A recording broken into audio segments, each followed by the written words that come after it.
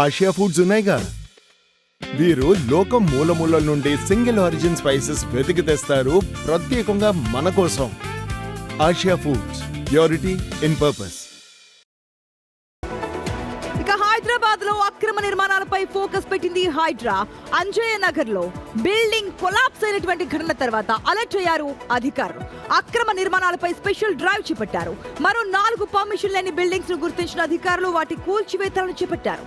అక్రమ నిర్మాణాలకు పర్మిషన్స్ వ్యవహారం తీవ్ర దుమారం రేపుతోంది. అధికారుల నిర్లక్ష్యమే ప్రమాదానికి కారణమని విమర్శించారు కవిత.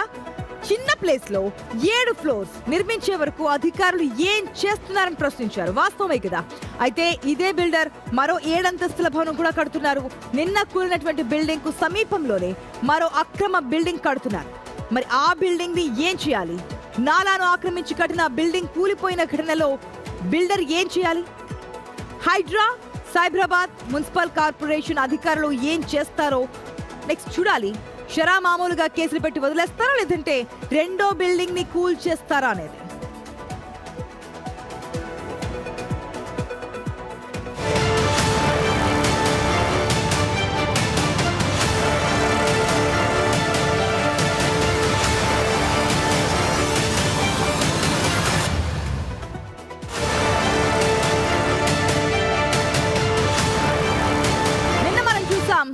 ఏదైతే అక్రమంగా 50 గజాల్లో 7 అంతస్తుల బిల్డింగ్, అది కూడా అండర్ కన్స్ట్రక్షన్ లో ఉన్న సమయంలో ఒక్కసారిగా కూలిపోయినటువంటి ఘటన.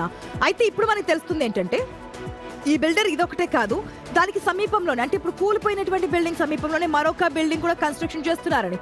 మరి అధికారులు ఏం చేస్తున్నారు? అధికారులు ఏ విధంగా పర్మిషన్స్ ఇచ్చారు? అసలు ఈ బిల్డింగ్ పర్మిషన్స్ ఎవరు ఇచ్చారు? వితౌట్ చెకింగ్స్ ఎట్లాగా బిల్డింగ్ కన్స్ట్రక్షన్ జరుగుతోంది? ఎటువంటి యాక్షన్ తీసుకోబోతున్నారు? మరి హైడ్రా, రంగనాథ్ ఎటువంటి సీరియస్ యాక్షన్ నెక్స్ట్ ఆ బిల్డింగ్ కూడా కూల్ చేస్తారా?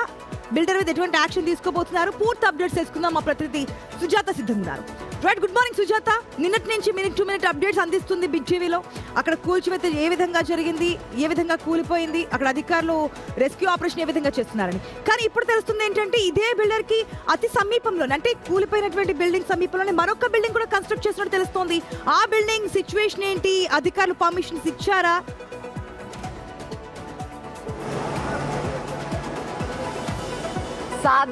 సాజిద్ బిల్డరు 50 గజాల్లో 7 ఫ్లోర్లు కట్టి నిన్న నేలమట్టం అయిపోయింది. అయితే అధికారులు చాలా సీరియస్గా ఉన్నారు.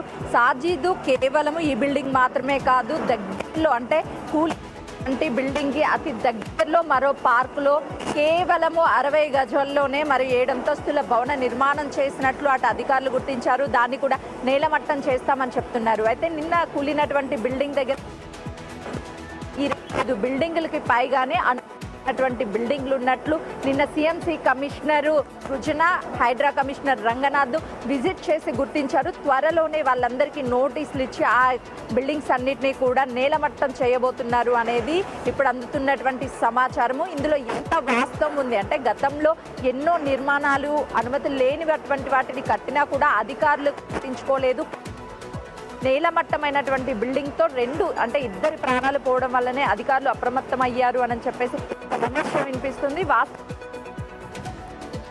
Right Sujatha, thanks for the update. ఇంతకీ ఈ రోజు మనకి తెలిసినటువంటి అప్డేట్ ప్రకారం చూస్తే ఇంకా ఉన్నారు, ఇంకా ఈ విధంగా వితౌట్ పర్మిషన్స్ కేవలం ధనార్జనే డబ్బు సంపాదించాలి అని చెప్పే ఒక ఆలోచన తప్ప ప్రజల ప్రాణాలు పోతాయేమో అనే భయం లేకుండా ఉంది.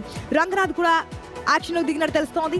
సో ఏదైతే అక్రమ నిర్మాణాలు చేపట్టారో దాని మీద యాక్షన్ తీసుకోవడానికి ముందుకెళ్తున్నట్టు తెలుస్తుంది. ఇదే బిల్డర్ మరొక 60 గజాల్లో 7 అంతస్తులు, ఇక్కడ 50 గజాల్లో 7 అంతస్తులు, అక్కడ 60 గజాల్లో 7 అంతస్తుల బిల్డింగ్ కి పూనుకున్నట్టు తెలుస్తోంది. దాన్ని కూడా కూల్చివేయడానికి ముందుకెళ్తున్నట్టు తెలుస్తోంది హైడ్రా కమిషనర్ రంగనాథ్.